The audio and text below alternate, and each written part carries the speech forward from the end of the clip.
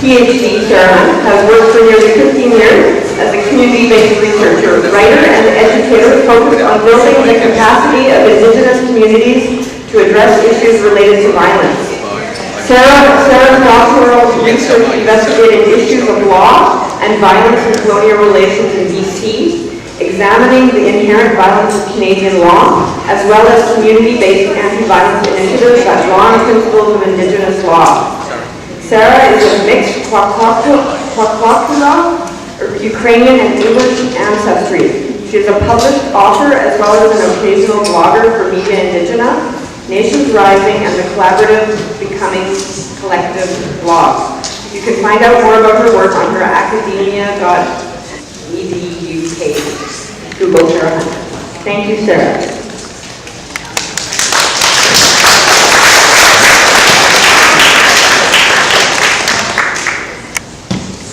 Thank you. I'm just going to stand, if you don't mind, so I can see the slides. I just want to start by thanking all the organizers of today's event, and we spent some time today coming together before tonight's event, and as you saw with the dance video earlier, there's just a long history and a lot of work happening in our communities all across Turtle Island to address violence in lots of different ways. So I just want to honor all the people who aren't here and those who have gone before us to lay the groundwork for this work. So thank you all for being here today. So my name is Sarah Hunt. As Audrey said, I'm Kwakwaka'wakw from the Kwakwaka'wakw people from Sahis on the northern part of Vancouver Island. And I'm going to talk today a bit about how we think about justice in the context of this relentless and ongoing violence. So before I do, I just wanted to tell you a bit about my work. So I've been working mostly in BC for the last 15 years or so. I started doing work around violence in kind of the mid-90s, before the Picton case had come to light and before this issue was really talked about outside of our local communities.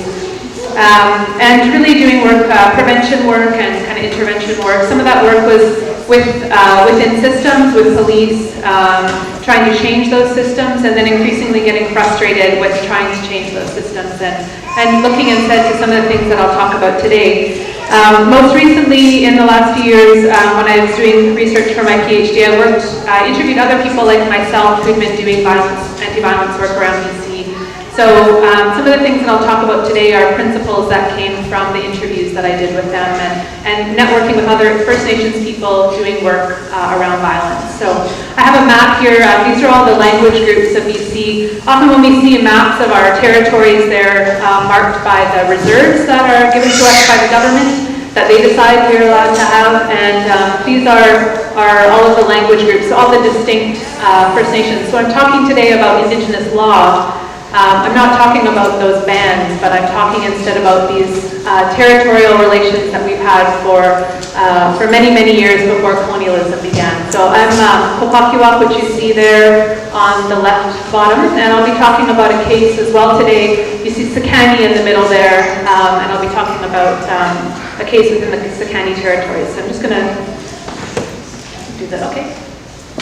So today I'm going to, as I said, talk a bit about what justice looks like. So when we are looking for answers to violence, or when violence happens, when a murder happens, when someone goes missing, we would seek justice. That's kind of what a lot of people are seeking, is justice. But as I'm going to talk about today, I want to kind of question, what do we mean by justice, and how can we think about justice differently? A lot of us are already thinking about it differently, but wanting to think about some principles of what justice might look like. Okay. Okay. So I guess I just want to start with the premise that I think we can all agree on, that to find justice, the murders must end, the violence must end. But for the murders to end, we have to start to matter before we go missing or show up dead. So often we're looking for justice after violence occurs, but obviously the point is to get to stopping the violence. And a lot of the solutions, that come after something happens are not enough. We have to start to change, I think, the terms on which we have relationships with each other within our own communities and with across community contexts. So how can we change the terms of that, of our engagement? As Indigenous people, as I talked about, we had our own ways, our own laws, coming from our own cultural context in our territories, and those haven't gone away. So I think that what I'm talking about today is looking more deeply at how we can draw on the principles from our own laws so that we can change the terms of our engagement with one another so that we can really stop the violence and so we start to matter before we go missing. So I think I just wanted to also talk about the context in which we're seeking justice. So that the issue of missing and murdered women that we talk about now is not a new issue. This is something that, as we have police reports or media reports, it's as though we're just realizing this for the first time. But this is not a new issue. That this is, in fact, inherent to colonial relations. So the deaths and disappearances, we might think about the children who were taken from our communities for residential school, the fact that there's been a lot of violence all throughout this history of colonialism here. So the violence, I think it's important to see it within a continuum of violence. So looking for solutions, as we're talking about here today, has to be situating the deaths and the disappearances within that continuum of sexual violence, of gender violence, of spiritual violence, all the kinds of violence that have been introduced in our communities. That if we just look at them separately, and often responses say that are government funded are separating them out, right? This kind of violence, you go to this program, this kind of violence, go to that program. Housing is different, doesn't relate to violence. Mental health is totally separate. That you have to access services in a different way. That violence is thought of as being a criminal act that's separate from all these other ways that we are being in the world. So in order to, these are kind of some of the ways I think that when we're seeking solutions to violence, this is kind of the broader context. And then sort of the fact that Canadian law is a punitive system. This is something, talking to people around BC who've been trying to do work around violence for a long time, trying to change the legal system, trying to change the attitudes, say, of police or social workers or people on the ground, really needing to recognize the limitations of that change, because the Canadian legal system is not intended for healing. It's not intended for building relationships. It is a punitive system that is intended to punish those who commit crimes. So that's the system that we're dealing with.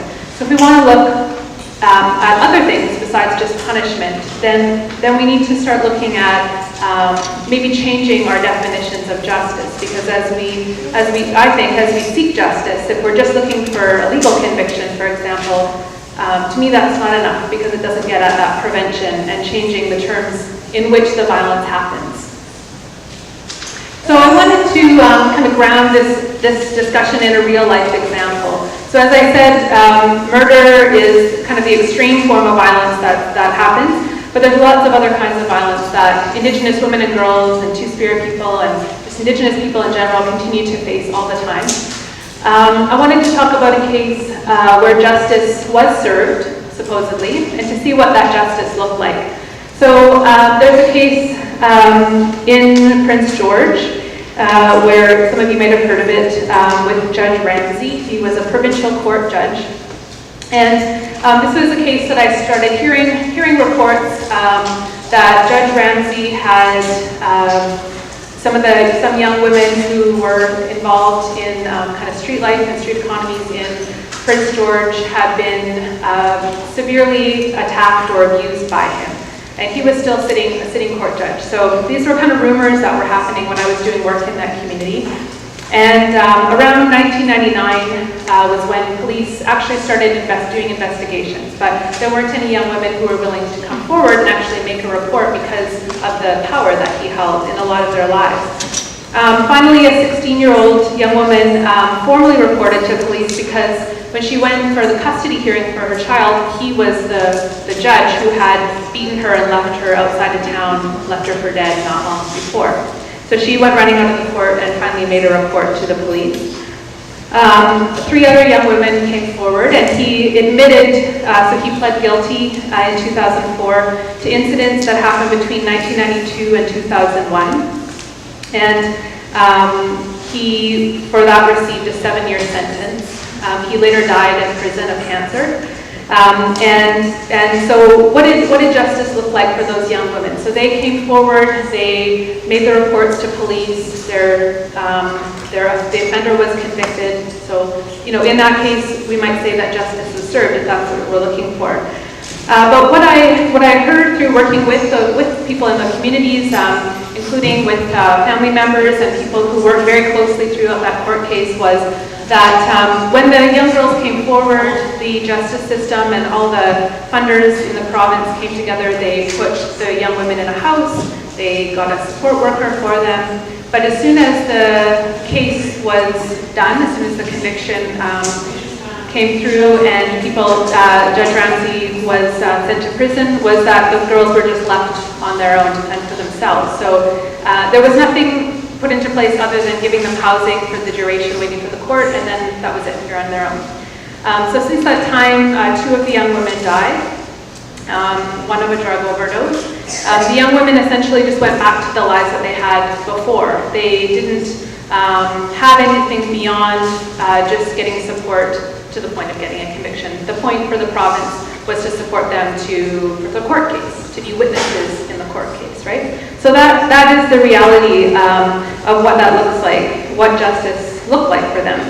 So if we think about the fact that that it took many years to get from the rumors happening to the report being made, and all that time the violence continued, and even now the reality for those young women is the same, right? Nothing was put in place to actually try to change the conditions in which that violence unfolds.